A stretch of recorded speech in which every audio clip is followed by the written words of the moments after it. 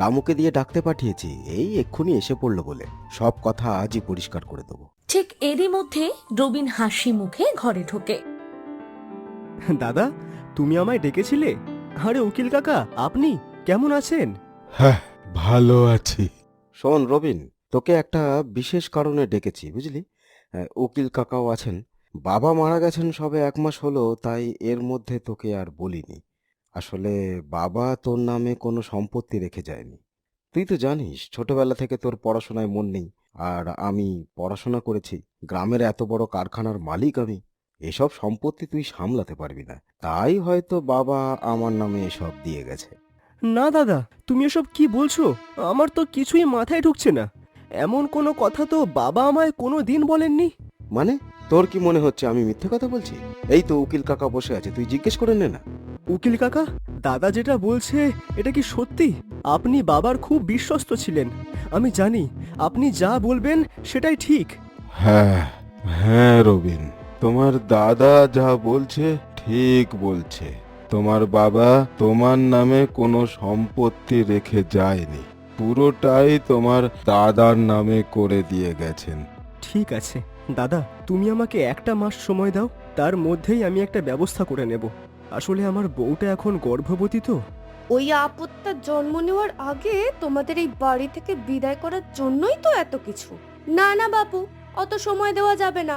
1 মাস করতে করতে বছর কাটিয়ে দেবে। 7 দিনের মধ্যে এই বাড়ি থেকে বিদায় হয়ে আমাদের দয়া করে উদ্ধার করো। আমি বৌদির কথা মতো 7 দিনের মধ্যেই কিছু একটা ব্যবস্থা করে রূপসাকে নিয়ে এই বাড়ি থেকে বেরিয়ে যাব। এই কথার পর রবিন ঘর থেকে বেরিয়ে যায়। মা, কাকাকে চলে যাচ্ছে। কাকাকে থাকতে বলো না মা, থাকতে বলো না। একদম চুপ করে বসে থাক, আর একটা কথা বললে ঠাসিয়ে মারবো।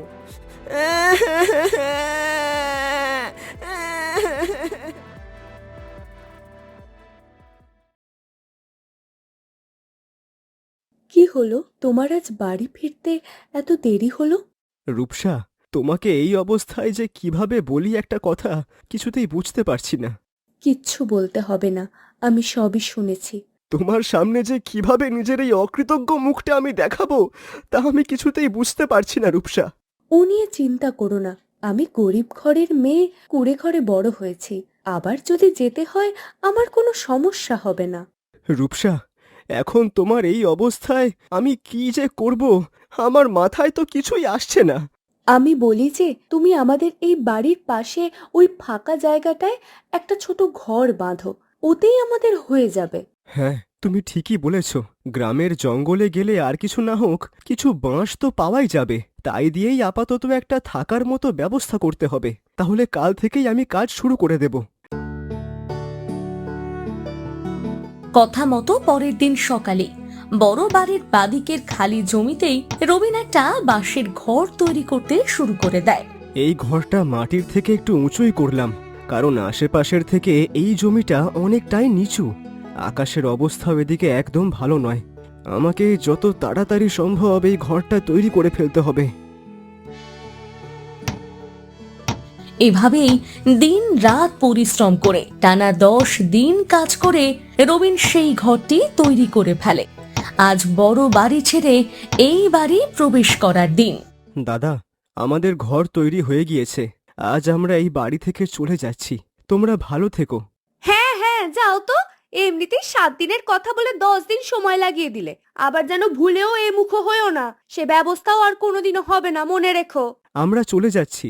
তোমাদের কোনো প্রয়োজন হলে আমাদের জানিও। চলো রূপসা। যাদের নিজেদেরই ঠিক করে থাকার জায়গা নেই, তারা আবার আমাদের কি সাহায্য করবে? বৌদি, সাহায্য করার জন্য সবসময় প্রচুর ধন সম্পত্তির প্রয়োজন হয় না। কেউ বিপদে পড়লে মন থেকে চাইলেই সাহায্য করা যায়। এই বলে তারা দুজন বাড়ি থেকে বেরিয়ে তাদের নিজেদের ছোট্ট বাঁশের তৈরি বাড়ির দিকে যেতে লাগলো। কিন্তু আকাশে এত দিন ধরে মেঘ ভরা ছিল, তাই হঠাৎ প্রবল বৃষ্টি শুরু হয়ে গেল। তারা দুজনে তাড়াতাড়ি পা চালিয়ে তাদের ঘরের দিকে এগোতে লাগলো। এই যা, বৃষ্টি এসে গেল। তুমি একটুও ভিজো না, তাড়াতাড়ি চলো ঘরে ঢোকো, নইলে এই অবস্থায় বৃষ্টিতে তোমার শরীর খারাপ হয়ে পড়বে। শোনো, বর্ষায় মাছেরা উপরের দিকে উঠে আসে, তাই আমি জাল নিয়ে মাছ ধরতে যাচ্ছি। সে কি গো, বৃষ্টি শুরু হয়ে গেল তো, এর মধ্যে তুমি বেরোলে তো পুরো ভিজে যাবে। ও আমার কিছু হবে না, দেখি দুটো মাছ ধরে বিক্রি করে খাবারের ব্যবস্থা তো করতে হবে। রবিন জাল হাতে নিয়ে বৃষ্টির মধ্যে মাছ ধরতে বেরিয়ে যায়। এইভাবেই টানা 5 দিন মুষলধারায় বৃষ্টি হওয়ার পর সকালে রূপসা ঘুম থেকে উঠে বাইরে বেরিয়ে এসে দেখে অবাক। এ কি অবস্থা? শুনছো শুনছো, তাড়াতাড়ি বেরিয়ে এসে দেখো কি অবস্থা। আরে, এত দিন ধরে তো বৃষ্টি হচ্ছিল, কিন্তু আজ রাতারাতি জল এত কেমন করে বেড়ে গেল, কিছু তো বুঝতে পারছি না। রবিন, এই রবিন, রবিন বাড়িতে আছিস? আরে সুজয়, আয় আয়। তুই কি খবরটা শুনেছিস?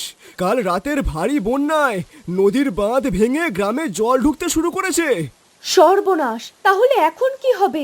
গ্রামের সব ছোট ঘর তো ডুবে যাবে। তুমি চিন্তা করো না, কিছু একটা উপায় তো অবশ্যই থাকবে, ভেবে দেখতে হবে। তোদের ঘরটা আরো নিচু জায়গায়, তাই সবার আগে তোকে খবরটা দিতে এলাম। আমি চললাম রে এখন, আরো সবাইকে জানাতে হবে, তুই সাবধানে থাকিস।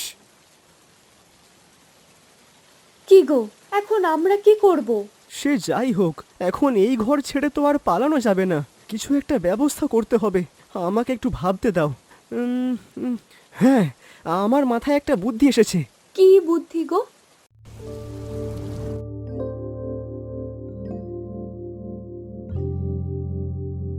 আহা হা হা হা হা, এই বর্ষায় গরম গরম চা আর পকোড়া, বাহ, একেবারে জমে যাবে গো গিন্নি।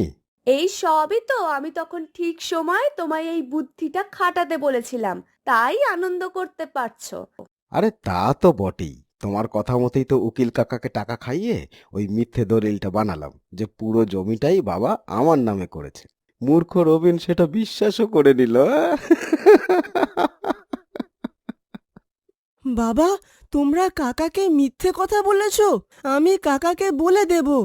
এই একদম চুপ, কাকাকে বলে দেবে? একেবারে দরদ উতলে উঠেছে ওদের জন্য। এই সব যে তোর কথা ভেবে করলাম, তুই তো বড় হয়ে এ বাড়ির মালিক হবি। কিন্তু নীলিমা, আমি এখন ভাবছি রবিন আর ওর বউ ওই সামান্য বাঁশের ঘরে এই ভারী বৃষ্টির মধ্যে কতদিন থাকবে।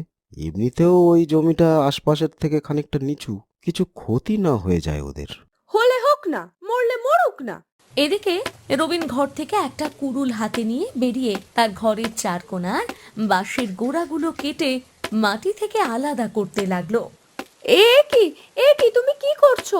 এইভাবে বাঁশের গোড়াগুলো কেটে দিলে তো আমাদের ঘরটা নষ্ট হয়ে যাবে। না রূপসা, আমি আমাদের ঘরটা নষ্ট করছি না। তুমি তো জানোই বাঁশ জলে ভাসে, আর আমাদের এই ঘরটা পুরোটাই বাঁশের তৈরি, তাই মাটিতে যুক্ত বাঁশগুলো কেটে দিলে আমাদের এই ঘর জলের ওপর ভেসে উঠবে।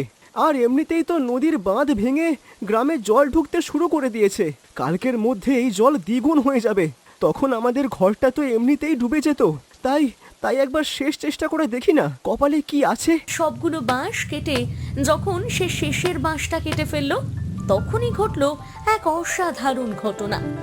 রূপসা, দেখো দেখো, বাঁশগুলো কাটতেই ঘর আপনা থেকেই কেমন জলের ওপর ভেসে উঠলো। আমরা এবারের মতো বড় রক্ষা পেয়েছি। সত্যি, এবার আমাদের ঘর আর বন্যার জলে ডুববে না। পরের দিন সকালে বড় বাড়ির দৃশ্য পুরো বদলে গেছে। দেখো দেখো দেখো, এ কি কাণ্ড হয়ে গেল! মা, বাড়িতে তো নদীর জল ঢুকতে শুরু করেছে। হায় হায় হায় হায় হায়, এ কি কাণ্ড! আমার কারখানা তো ডুবে গেছে, আমি তো এবার পথে বসবো, আমার সব শেষ হয়ে গেল গো। আমি যে এখন কি করব কিছুই বুঝতে পারছি না। বাবা, ওই দেখো কাকাদের ঘর কেমন জলের ওপর ভাসছে। চলো চলো, আমরাও কাকাদের কাছে চলে যাই। শুধু কাকা আর কাকা, তোর নিজের বাবার এত ক্ষতি হয়ে গেল, এদিকে খেয়াল আছে তোর? আরে যা অবস্থা দেখছি, শেষে জলে ডুবে না মরি। ঘরে তো শুধু চাল ছাড়া খাবার জন্য আর তো কিছুই নেই। এখন কি খেয়ে কাটাবো আমরা? ওই দেখো রূপসা, বন্যার কারণে নদীর আর পুকুরের মাছ সব আমাদের বাড়ির উঠোন দিয়ে কেমন ঝাঁকে ঝাঁকে চলে বেড়াচ্ছে। তুমি তাড়াতাড়ি ঘর থেকে আমার জালটা নিয়ে এসো দেখি, কিছু ধরতে পারি নাকি। রূপসা তার স্বামীর জালটা হাতে করে নিয়ে এনে তাকে দিল। আর তারপর রবিন প্রথমবার জাল জলে ফেলতেই বেশ কয়েকটি বড় ইলিশ মাছ তার জালে ধরা পড়ল। এই দেখো দেখো রূপসা, আমাদের জালে ইলিশ মাছ ধরা পড়েছে। তুমি অনেক দিন ধরে বলছিলে না যে বড় ইলিশ মাছ খাবে? এই দেখো দেখো দেখো, কত বড় বড় ইলিশ ধরা পড়েছে দেখো। কই দেখি দেখি। ওমা, তাই তো। আজ আজ তাহলে আমাদের গরম গরম ভাত আর ইলিশ মাছ রান্না করো রূপসা, একেবারে মন ভরে খাওয়া যাবে।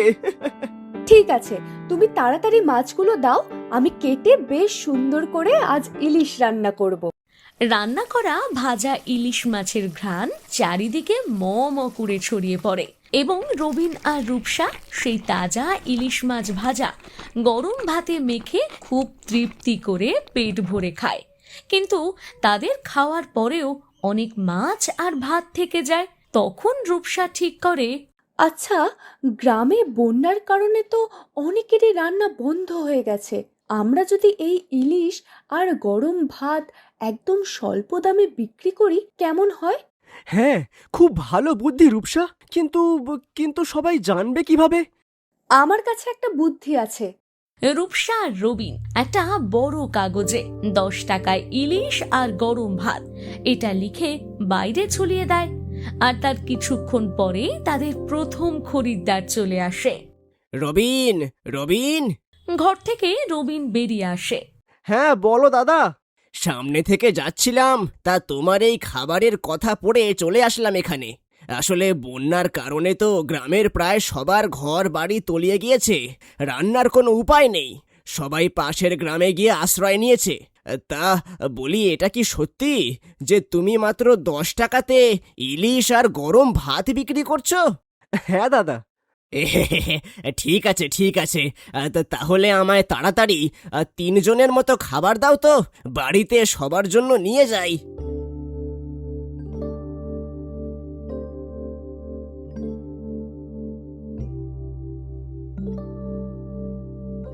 এই নাও দাদা। বাহ, এ খাবারের গন্ধ শুকেই তো জিভে জল চলে আসছে। রবিন, এই দুরবস্থায় তোমরা একদম জলের দামে খাবার বিক্রি করছো। আমি পাশের গ্রামে গিয়েই আরো সবাইকে জানিয়ে দিচ্ছি তোমার এই হোটেলের কথা। তুমি আরো খাবার তৈরি করে রেখো। হ্যাঁ দাদা, ঠিক আছে।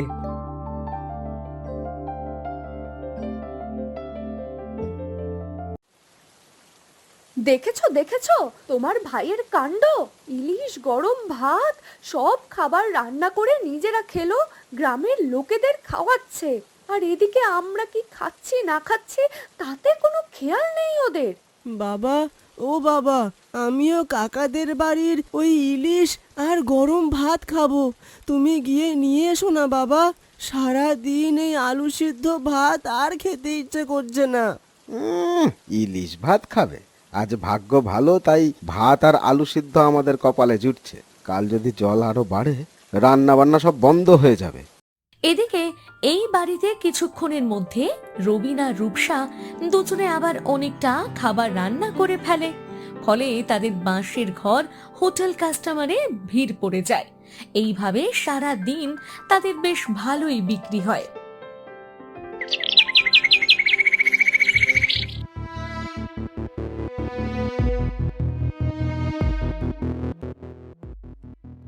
কাল সারা রাত বন্যার জল বেড়ে তো আমাদের বাড়ির একতলা পর্যন্ত পুরো তলিয়ে গেল। শেষে কিনা না খেয়ে জলে ডুবে মরতে হবে আমাদের। কিছু একটা করো না। বাবা, আমার খুব খিদে পেয়েছে আর জলে ঠান্ডাও লাগছে। আমরা কাকা কাকিদের ওই বাড়িতে চলে যাই না, চলো। ওদের বাড়িতে গরম গরম খাবারও আছে আর শুকনোয় থাকতেও পারবো। নীলিমা, যে চরম অন্যায় আমরা রবিন আর ওর বউয়ের সাথে করেছি তার শাস্তি বোধহয় পাচ্ছি। ভুল যে আমি করেছি সেটা তো বুঝতেই পারছি, কিন্তু এখন রবিন আর রূপসার সামনে গিয়ে সাহায্য চাওয়ার কোনো মুখ নেই আমাদের। কিন্তু আমাদের জন্য না হোক, অন্তত আমাদের ছেলেটার জন্য কিছু গরম খাবার আর ওর থাকার ব্যবস্থা যদি হতো, মরেও একটু শান্তি পেতাম। রবিন আজ আগের দিনের তুলনায় অনেক ভোরে ঘুম থেকে উঠে মাছ ধরেছে। সে আজ ইলিশ মাছ ছাড়াও রুই, চিংড়ি, এমনকি কাঁকড়া মাছও ধরেছে। এদিকে রবিনের বউয়ের হাতের রান্নার স্বাদের ও প্রশংসা করতে থামছে না গ্রাহকরা। হে বৌদি, কাল তোমার হাতের রান্না একেবারে সবাই হাত চেটে পুটে খেয়েছে। আর এই অসময়ে তোমাদের খাবারের দামও খুবই সাধ্যের মধ্যে। আজ আমাকে 2 রকমের মাছ দিও, কেমন? তোমাদের খাবার ভালো লেগেছে শুনে খুব ভালো লাগছে। এইভাবে সারা দিন তাদের আজ অনেক খাবার বিক্রি হলো, আর হাতে বেশ কিছু টাকাও এসেছে। তাই ওরা দুজন খুব খুশি। কিন্তু হঠাৎ রূপসা দেখতে পায় বড় বাড়ি জলে প্রায় ডুবে গেছে। তখন রূপসা রবিনকে ডেকে বলে, দাদাদের অবস্থা হয়তো বন্যায় খুব খারাপ হয়ে গেছে। এমন সময় আমাদের ওদের সাহায্য করা উচিত। কিন্তু তুমি কি ভুলে গেলে? বৌদি আমাদের বলেছিল ও বাড়িতে যেন আমরা ভুলেও আর না যাই। কিন্তু সেই সময় তো পরিস্থিতি অন্যরকম ছিল। ওদের ভয় ছিল যে ওই বাড়িতে না আমরা আবার থাকতে চাই। আর এখন তো ওরা নিজেরাই অসহায়। আমার মনে হয় আমাদের এই সময় অবশ্যই ওদের সাহায্য করা উচিত। ঠিক আছে, চলো তাই করা যাক তাহলে। রবিন নিজেরা বাঁশের বাড়িটা নৌকোর মতন জল কেটে কেটে বড় বাড়ির কাছে নিয়ে যায়। দাদা, বৌদি, তোমরা কি শুনতে পারছো? আরে বাস, কাকা নৌকা বাড়ি এখানে নিয়ে এসেছে। কি মজা, কি মজা! হে বৌদি, আমি জানি তোমার এই বাড়ির সীমানায় আসতে তুমি আমাদেরকে বারণ করেছো, কিন্তু তোমরা অনেক কষ্টে এখানে আছো। তোমরা আমাদের এই ছোট্ট ঘরে চলে এসো। আর কিছু না হোক একটু গরম ভাত তোমাদের দিতে পারবো। হ্যাঁ দাদা, হ্যাঁ বৌদি, তোমরা আমাদের গুরুজনের সমান। এমন পরিস্থিতিতে তোমাদের এভাবে আমরা ফেলে যেতে পারবো না। না রূপসা, তা হয় না। তোমরা শুধু আমাদের এই সন্তানটাকে একটু আশ্রয় দাও, আমরা এখানেই থাকবো। দাদা, বৌদি এমন বলছে কেন? তুমি একটু বৌদিকে বুঝিয়ে বলো না। ও ঠিকই বলেছে রূপসা, আমরা তোমাদের ঘরে ওঠার যোগ্য নই গো। আমাদের এখানে থেকে যদি মৃত্যুও হয়, সেটাই আমাদের পাপের ফল হবে। দাদা, তোমাদের কি মাথা খারাপ হয়ে গিয়েছে নাকি? কি ভুলভাল বকছো তোমরা? তোরা আমাদের গুরুজনের মতো ভাবিস, আর আমরাই তোদের সাথে বিশ্বাসঘাতকতা করেছি। বাবা আমার নামে পুরো জমি লিখে যায়নি, বরং এই বাড়ি আমাদের দুজনের নামেই ছিল। এছাড়া আমাদের চাষের জমি আর পুকুর সব তোর নামে লিখে দিয়ে গেছিল বাবা। কিন্তু আমরা দুজন লোভ আর হিংসায় উকিল কাকাকে টাকা খাইয়ে তোকে মিথ্যে কথা বলতে বলেছিলাম। এই হলো তোর ভাগের সমস্ত জমির আসল কাগজ।